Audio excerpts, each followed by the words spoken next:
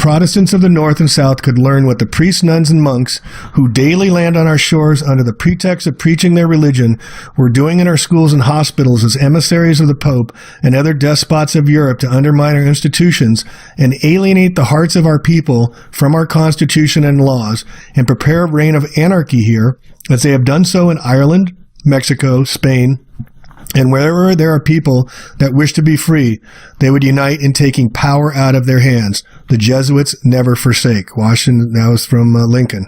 Now here's the fourth vow, and you can read this. I'll put it in the show notes. But everyone should be aware why the Jesuits are so dangerous. This is their proclamation. They are beholden to the Pope.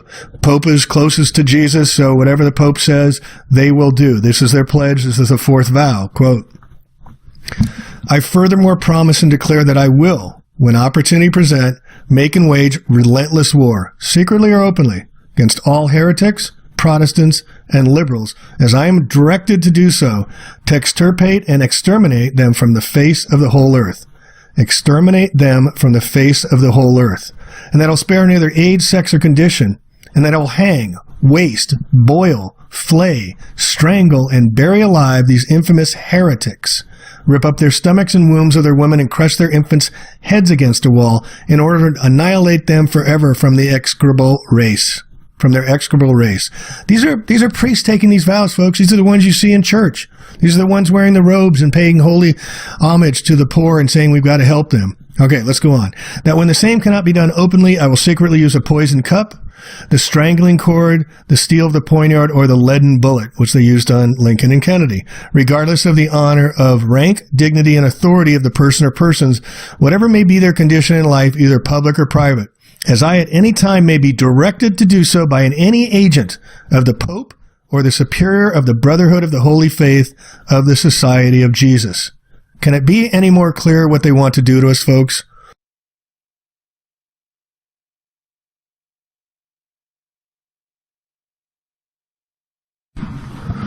So I'd like to take a moment of your time and recap over the last week's thriller in the Vaticanus, the Donald and a rope-a-dope against the Pope. Who's it gonna be? It was played out to be a big climactic. No, what happened here? They kissed and made up? Isn't that interesting?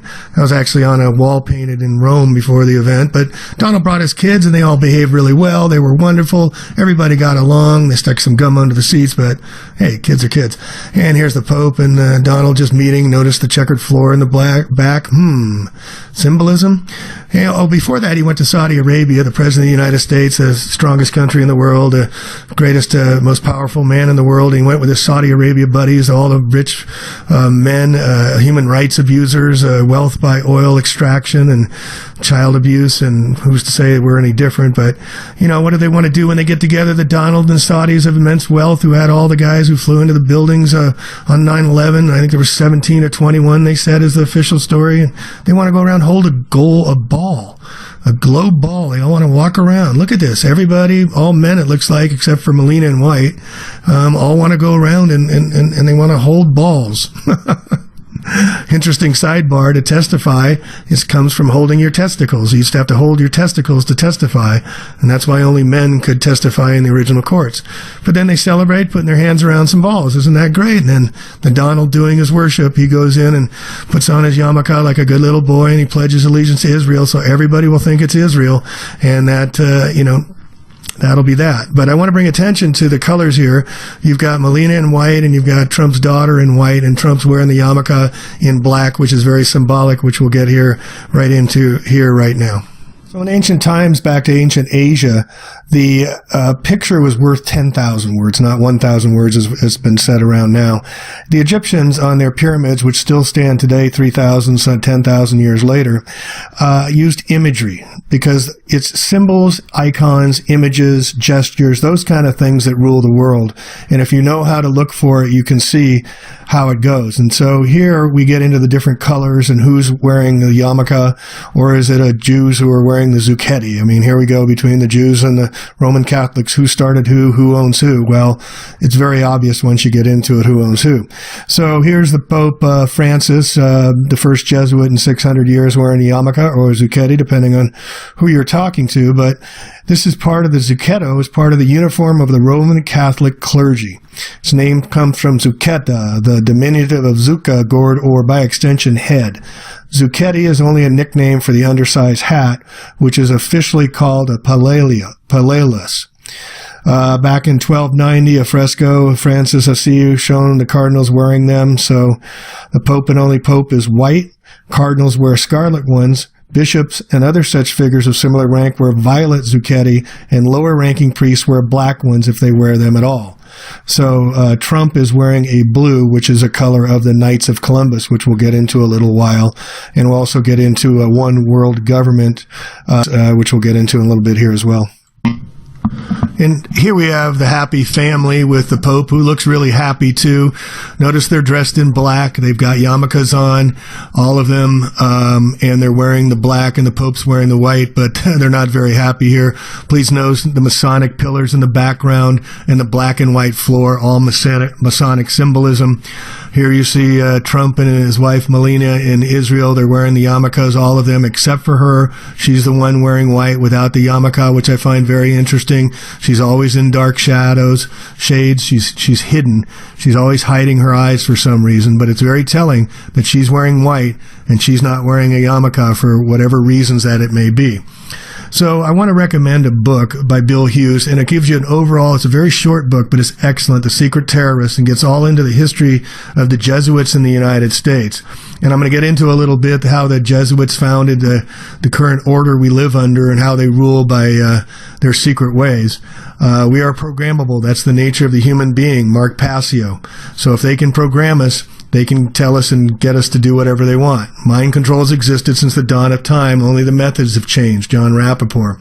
I also suggest that you look at my highlights of my notes about the Jesuits throughout the history and do your research, because this is an occulted truth. This has been hidden from our world and from our legend and our history. The Jesuits say, we declare, say, define, and pronounce that it is absolutely necessary for the salvation of every human creature to be the subject of the Roman Pontiff. Every human creature to be the subject of the Roman Pontiff. This is Pope Boniface VIII back in 1306, he said that. Okay, here's the list of presidents belonging to Freemasons and Knights of Malta, and I'll continue the list in the notes here. But recognize the names, folks. They're all members of these secret societies. We're not privy to their secrets. And so mostly all male. The Freemasons say, I, the Masonic, do hereby swear that I will always conceal and never reveal any secrets. You can cut out my throne, you can cut me ear to ear, my tongue torn out by the roots, my body buried in the sands of the sea at the low water mark. Now look at all these secret societies. These are all under the Jesuit control and the 13 Zoroastrian bloodline satanic families of old Rome. Look at these all. Most of you, almost all of you, I would say, have never heard of most of these secret societies. Yet these are the ones that rule our world. It's a big club, and we're not in it, as George Carlin used to say, but these names are all controlling our world behind the scenes. The Trumps, the Obamas, the Merkels, the show. That's just show. That's just theater. That's the puppet that they want us to see. They're all pledge allegiance to the Pope, to the white Pope, who pledge allegiance to the black Pope, but they all are under the guise of, this is the New York Archbishop, Dolan, and here he's running between Trump and Hillary before the selections of who's going to be the next one to represent the falsehoods of a presidency, and here you see Reagan and Carter. They pledge allegiance to these guys or they never get into office. Here we see Nixon and Kennedy apparently went away and wanted to bring home troops from Vietnam and start his own currency, so they took him out. As long as they do service to him, they stay in power. That's the way it works. Putin on the same team, and here he's with a Russian Orthodox, buddy of his that's supposed to be at odds, but then you see the Pope down with the same guy down in Antarctica, and this is the skull and bones that they're sitting in front of. They don't do this by accident. This is Skull and Bones. This is the 322 Club of Yale. This is where Bush and those guys went to. It's all part of the same scene that we're seeing around the world of these guys being supposedly opposites. Putin's supposed to be the bad guy, yet they're all meeting the Pope. They're all paying homage and going and doing what they have to do. Trump is a Jesuit. He went to Fordham, and then he went to the Jesuit Apologist School, the University of Pennsylvania. Here you see Pence, the man next to the power. He's the one that runs the show. He's the head Roman Catholic guy. Here's the Knights of Columbus with Jeb Bush, and here's Pence, being the guy in charge. Trump had to put him in power. And here's the guy in charge for Obama. It's always the person next to the power. Biden's the Roman Catholic pretending to be the dumb guy when in fact he's watching every move for Obama to make sure he stays the course. Obama's intelligence was comprised solely of Jesuits. Georgetown is the military, Emerson Foreign Service School is where Georgetown gets all the generals to run all the wars. They come out of Georgetown and the Jesuit schools. Obama's just a sock puppet for these people. And here's just a throw in. Here's Joe Biden's son, Beau Bridges, that died of cancer, I believe. And I want to take a look just for a second and say, are these guys related? I mean, look at the Pope and look at Beau Biden. I mean, these guys look almost exactly alike.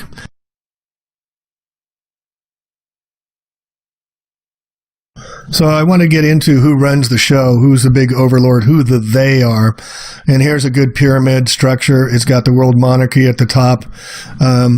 They do have the 13 families at the top, and then there's the World Monarch Crown, Council of 13, Committee of 300, then all the think tanks, the Bilderbergs, Club of Rome, United Nations, Council of Foreign Relations, Trilateral Commission. Below them is the money financing, the Bank of International Settlements, the tax revenue, interest revenue, they all go to the corporations. The World Resource Controls is based on all the corporations around the world, or corporations, corpse meaning dead. Religions control, government control, media control, and then down us is the little people down below at the bottom of the pyramid, as Kissinger calls the useless eaters. Now here's another depiction of the pyramid, and you can see the black pope is 6 degrees above. They got the gray pope, the Jesuit council. These are the families, the 13 satanic bloodline families, and below you see the orders below. It's layered on layered on layered. They are set up all around the world, and they report to the Black Pope. Black Pope reports to the 13 families. The Jesuits were founded initially as the Company of Jesus on Assumption Day, August 15th, 1534, also known as traditional feast day for Lucifer, since 70 AD in a secret ceremony in the crypt of the Chapel of St. Denis by Ignatius of Loyola. Since their founding, Jesuits have consistently offended people, but there's a barricade in the street. There's going to be a Jesuit on both sides of that barricade. History of Georgetown, Professor. Georgetown, a Jesuit school, founded 6 months before Washington, D.C. by John Carroll, who donated land to Washington, D.C., which previously Washington, D.C. was named Rome, Maryland, and the Potomac was named the Tiber, and there's 7 hills in United States, D.C., just like there's 7 hills in Rome, including Capitoline Hill. Not a coincidence, folks. Okay. Now we got the first Jesuit pope in history. First Pope of the Americas, Francis, is the first Jesuit who became sovereign pontiff. It is the goal of Jesuits to rule the world. The election of Francis on the 14th of 2013 to traditional Day of Blood. Get what's going on here, folks? And the ancient birthday of the false god Mithra. Jesuits are bound by oath not to seek higher office in the Roman Catholic Church, yet now one of them's in the highest office, the Bishop of Rome, the Vicar of Christ, the Pontifex Maximus. Yet despite their prominence and 18,000 members, they are the Church's largest religious order. They have a complicated history, no doubt. For the greater glory of God, they pledge. Okay, the Jesuits are famous for their role in the Spanish Inquisition. The Inquisition was originally overseen by members of the Dominican order, though members of the Jesuit Brotherhood were involved later. The Inquisition was famous for the use of torture to elicit confessions from accused heretics. It was believed that confessions extracted after torture must be true. An idea later dispelled, but resurrected with Bush and Cheney, and still today we torture like crazy and we bomb brown people like there's no tomorrow. Maybe there's not. The Jesuits were created by the papal bloodlines Farnese during the reign of Farnese Pope Paul III. Borgia was the great-grandson of Pope Alexander VI and co-founder of the Jesuits. His mother's side was descended from King Ferdinand of Aragon. All right, Rome is in control of the drug trade. Who wants to know this? The Vatican controls all the drug trade, all the heroin, all the opium, and all the cocaine, everything going around Colombia. Colombia has a concordat with the Pope.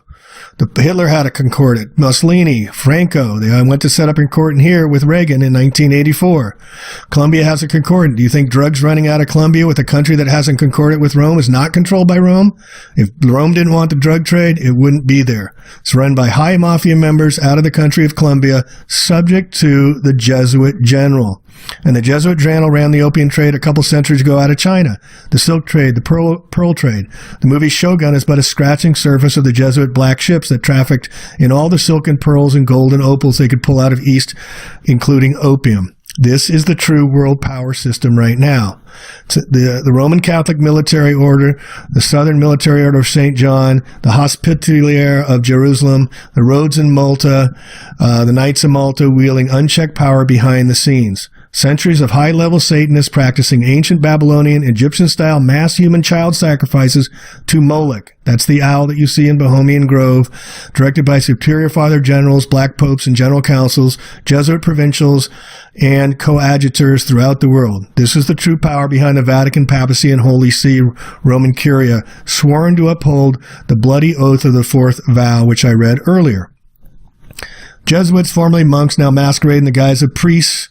Plain black suits and white clergy command popes, cardinals, and archbishops. In devout service to their dark overlord, they're responsible for inquisitions, genocidal campaigns, which continue to present day.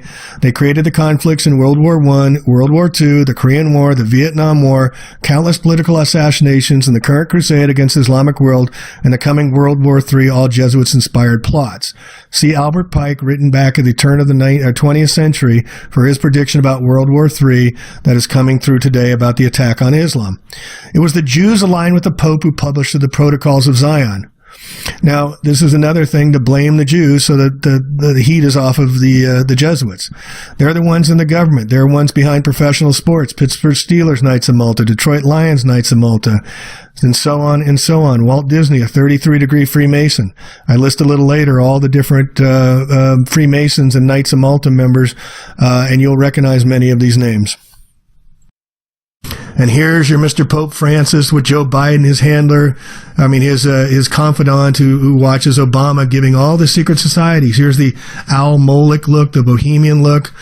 Before it was the 666, and here's Baphomet, the devil, giving it with another. And just so happy to be showing these hand signs of allegiance to the devil, allegiance to Satan, allegiance to Lucifer. Yet everybody loves this guy. And then you got Trump doing all his hand signs with, I guess the guy from Metallica doing the Baphomet sign. This is all part of their club, folks. They're all just serving their masters, which is the Pope, the Vatican, the Jesuits, and the 13 satanic bloodlines. They're all sick people. They all have to do very, very ugly things in order to get into power. And now they're making it okay for sexual deviations, and now they brought in Eric Prince of Blackwater's sister to run the education system. Blackwater is the military armed private army for these guys in power. They use the Congressional Medal of Honors and they turn them upside down. The Congressional Medals for our war heroes, they turn upside down, which is a Luciferian sign, folks. That's Baphomet. That's the devil. They're doing it right in our faces. It's right in front of us. And you've heard of Pizzagate and all the rest going on. This has been going on for a very long time. It's not Trump. It's not Bush. It's not Obama. It's all of them. There's no difference between these people.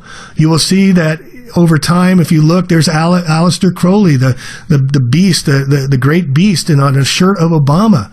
And here you see Obama with a photograph for Terry Richardson, a photograph to the perverts of the world. I mean, this guy is satanic. He's devilish. He's beyond anything that anybody would want in any sane way to deal with. Yet this guy is buddying up with the future president of the United States. It's part of this great disease of our culture that we won't look at the sickness of the world and the sickness of the people in power that are right in front of us, and we continually to talk about elections and voting and all this kind of crap when it's just a big perverted story. This is all about just how they control everybody, and it's all done by the pontiff, by the Black Pope, where they encourage pedophiliism. They encourage sexual ritual abuses, blood sacrifices, but it's a secret. We can't tell anybody what is really going on. And it's a great perversion of our society that the wealth is controlled by the very few, but the Rothschilds are owned. They're owned by they're the Korthoff Judens that are owned by the Pope and the Vatican as well. And again, I just ask that you go back to this website here on my Taboo blog or A Plain Truth and read the stories about the Jesuits, bone up about the history, bone up about who is really running the show, the trilateral between the three city-states that are beholden to no other country and run our currency, run our finances, run our military, and run our religion. It's City of London, Washington, D.C. What year was Washington, D.C. founded? No one knows. It was originally named Rome, Maryland. This is what Lincoln had to say. I feel more and more every day that it's against the Americans on the South alone I am fighting. It's more against the Pope of Rome, his perfidious Jesuits. This is had Lincoln murdered, and the Pope comes over to the United States, and what does he do? He uses the lectern of Abraham Lincoln from which they murdered him. This is how these guys roll. They are sick. And I ask you to Google the trial of John and Mary Surratt, Surratt. These are the Roman Catholics convicted for the trial and assassination of Abraham Lincoln. You don't hear that story.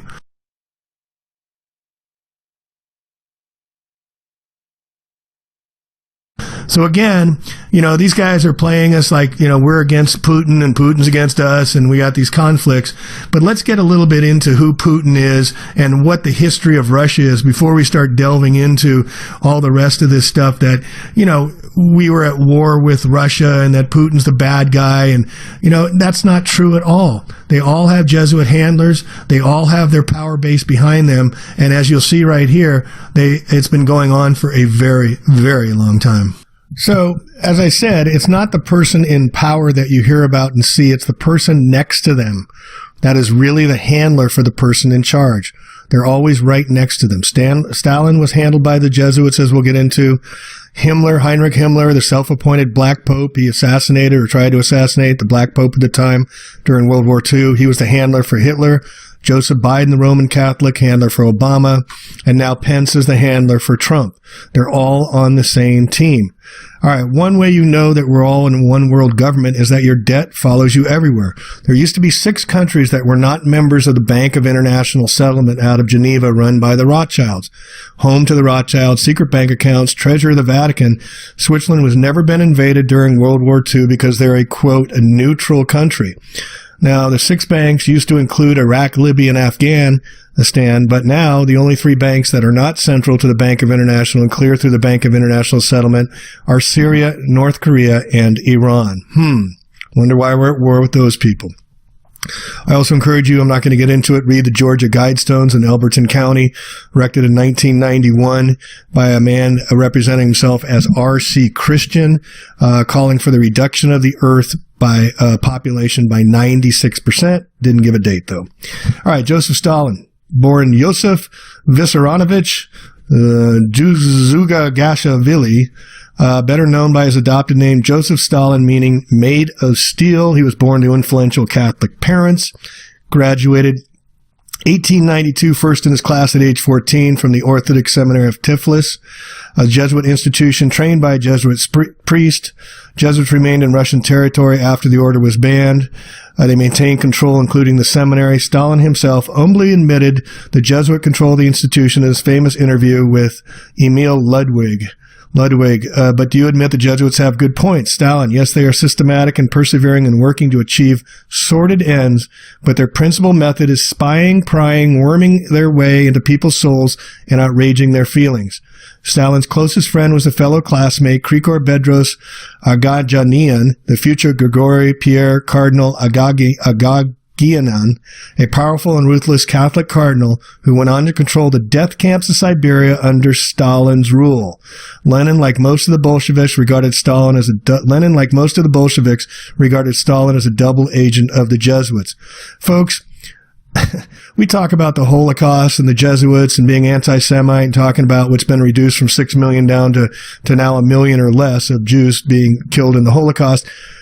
Stalin killed 20 to 40 million of his own people, and it's not even brought up. You don't hear any Holocaust talking about Stalin. For that matter, you don't hear the Holocaust talking about in the United States either, about what we've done to the brown people of Iraq and Afghanistan and how many we've killed for their weapons of mass destruction. That did not exist. And the United States is not out of the, we have 180 military bases around 196 countries. We come up with these massive lies to go invade country after country. And here's the general, the man that's saying that it is, we know for sure our greatest intelligence is telling us. And then here's Bibi up there saying they're going to blow everything up, and we all drink the Kool-Aid and believe it again, living fear. But there were no weapons of mass destruction, and millions of Iraqis have died, including depleted uranium, which is causing generational death to go. And where is the outrage, folks? It's our tax dollars, and nobody says boo. On to Castro. Castro wasn't the best student. He was a troublemaker. He taught in 2 other schools. Castro was also educated by the Jesuits. He attended 3 Jesuit institutions, College La Salle and Colegio Dolores. He then attended Jesuit University Preparatory School. He called General Studies at the Colegio Belen. And upon graduating from law school, he joined the Orthodox, a Christian Democratic Party. European readers will recognize this as the Roman Catholic Party. The first Christian Democrat Party was begun in Italy under Pius XI in 1920. By the time of the Cuban Revolution in 58-59, the Jesuits in Latin America were going fully Marxist-Leninist ideology. Malachi Martin, a former priest, documents that in 1963 the Jesuits became fanatic left-wing communists under Pedro Arrupe, himself a Marxist, and a great advocate of Fidel Castro.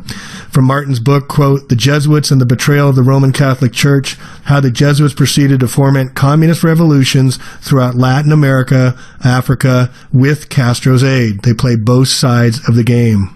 So the Vatican wealth reaches well into the United States. Here we see a picture of Jeb Bush, brother of President George Bush's and father, and also governor of Florida, with his Knights of Columbus buddies. You can see him here.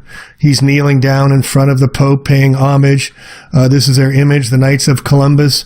You'll notice the Maltese cross in the background. And here you'll notice the Lycor and the Axeman hench. This is also on the Congressional House, where the President gives the State of the Union on each side. And these rods here are caning rods and an Axeman's hench. And the old days, the Roman Empire would pass a law, and they'd go around with these Lycors. And if you did not like the new law, they'd either cane you or cut off your head.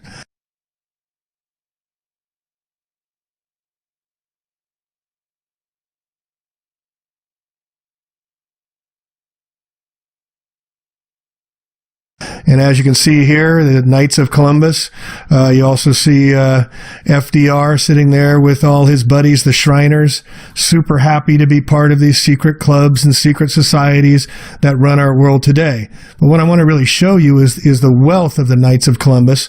Their financial shows wealth and influence, no doubt. About 2 million men call themselves Knights of Columbus.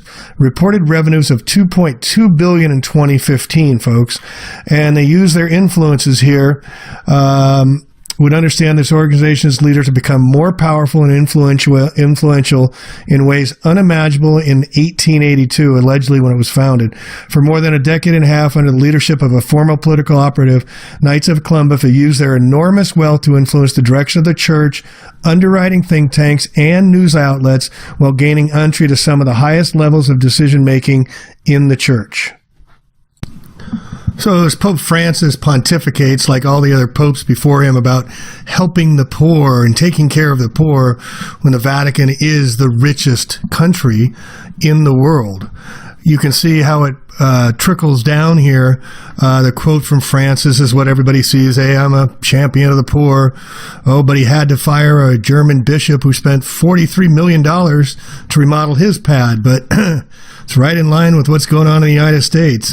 Timothy Dolan, the controller of presidents of the United States there for years now, the Archbishop of New York, has found that 10 of 34 active archbishops have buildings worth more than $1 million. Cardinal Timothy Dolan packs a 15,000 square foot mansion in Manhattan in the priciest neighborhood in the city, worth at least $30 million. But then we go to Cardinal Francis George, got a pretty fancy crib himself. He's got 19 chimneys. It gets cold there when you're pontificating and you're trying to help the poor. It sits on 1.7 prime acres in the ritzy Gold Coast neighborhood and is worth $14.3 million as is. So these guys talk one thing, preach one thing, yet practice something else, and that's lifestyles of the rich and priestly. And in closing here, I just want to reemphasize the sheer hypocrisy that the Vatican and the Pope present to the world as being the saviors and looking out for the poor and trying to take care of the poor and the needy, when in fact they are far and away the wealthiest country on earth that control more land and more souls than anyone else. They have immense wealth under the Vatican. They could sell just a few of their paintings and make tons of money to help with the poor. Yet do they ever do this? No. They own the gold. They own the bankers. They own the states. They own the governments. They own it all.